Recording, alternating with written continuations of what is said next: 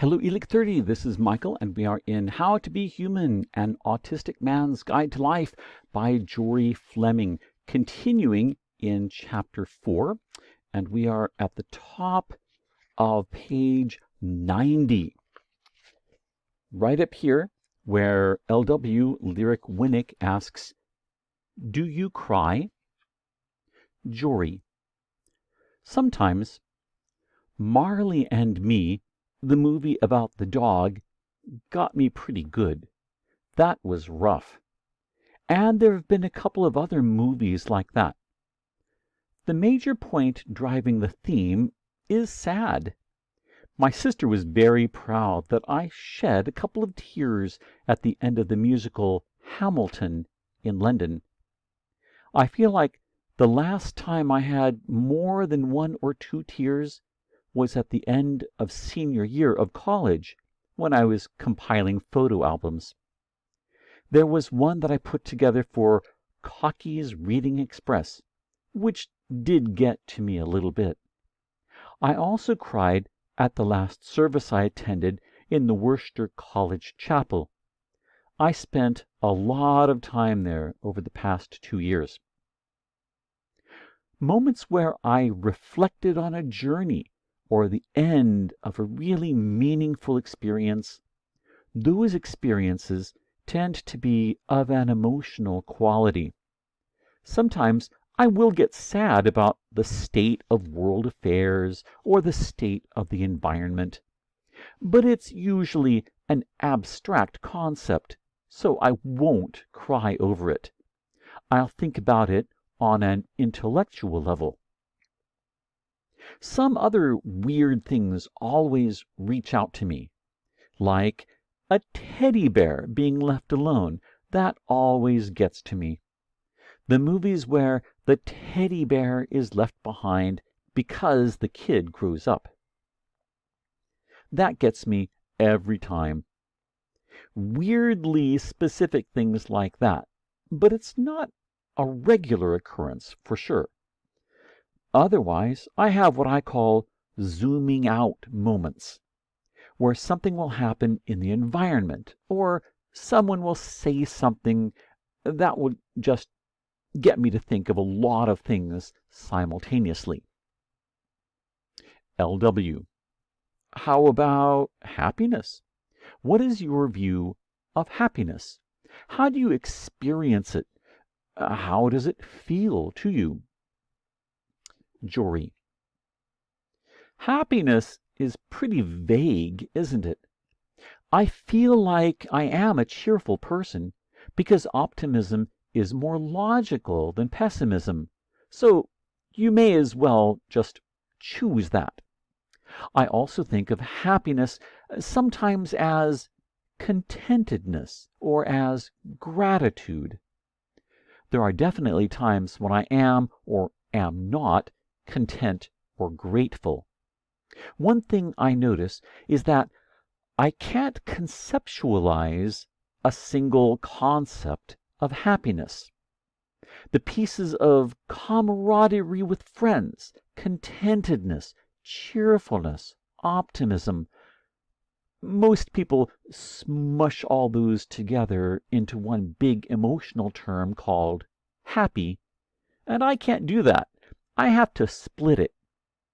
All the components are still there, but I can only talk about them as pieces because they make more sense when they're concrete. I can tie them to things in the world or experiences in a way that I can't with emotion. Sad, I feel like, has fewer components. Sad also has to do with negativity in the environment. For some reason, optimism, hope, has left the system, hopefully for a temporary amount of time. You can be sad and in no way have had something bad happen to you, or have lost your hope in humanity. Talking about other people's emotions. Jory is extremely conscious of his own struggles with emotional awareness and responses. He is deeply concerned about inadvertently hurting someone else or causing pain because he has not picked up on their words or nonverbal signals and thus has not responded appropriately.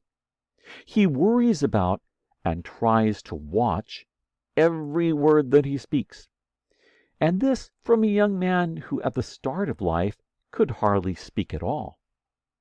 Listening to him, I was repeatedly struck by the deep burden and responsibility he feels to not injure other people's emotional well-being.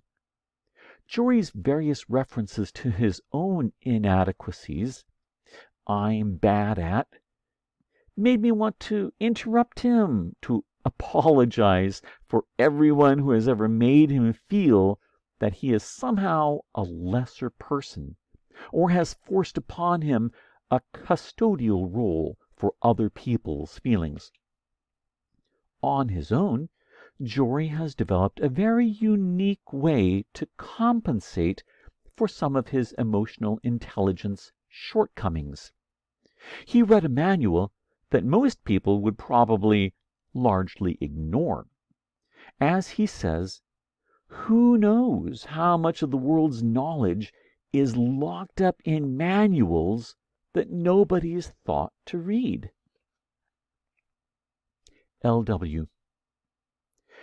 Pull out some Jory beads and give me a picture of how you envision other people's emotions, how they appear to you, and how you pick up on them. Jory. I don't think emotions are always linked to fragility. They can sometimes be linked to strength. I'd envision it like walking down a sidewalk where most of it is pavement. But occasionally there are some eggshells and rocks that are the same color as the pavement. If you step on the rocks, you think, "Ow!" But that's because of somebody's emotional strength that you are not expecting. And if you step on the eggshells, they break. I like that image because if I'm looking at the sidewalk, it can be difficult, if the rocks and the eggshells are the same color, to pick out which one is where as I walk. A more explicit emotion is easier for me to pick up on than implicit emotion. If somebody is feeling down or anxious or something like that, they may say something which most people would pick up on. But if they did not literally say, "I'm feeling anxious," I might not pick up on that feeling, or I would misinterpret it. If someone who is super stressed out studying for exams says, "I haven't been sleeping well," I may not connect it. If I'm reminded that it's exam period, then I'll be like, "Oh, they were feeling anxious, and that's why they couldn't sleep." Most people don't explicitly display anxiety, or if they do, it's really subtle. I was having breakfast with a music major, and he had a recital later in the day. Toward the end of our conversation, he mentioned that he was feeling nervous about the day ahead. Once he said that explicitly, it made me connect other things that I hadn't picked up on before, but were now more easily noticeable, like he was drinking copious amounts of water. I saw that, and I just thought he was really thirsty. But I didn't really pick up on the fact that he's nervous, so that's why he's drinking so much water. I would not have thought anything of it until it was explicitly pointed out that he was in an emotional state. LW. What are some of the most difficult things for you in terms of handling other people's emotions? Jory. The things I struggle with are, the things I struggle with the most are either I didn't respond to something because I didn't fully know what was going on, or something I said that was misinterpreted and made someone feel badly or hurt.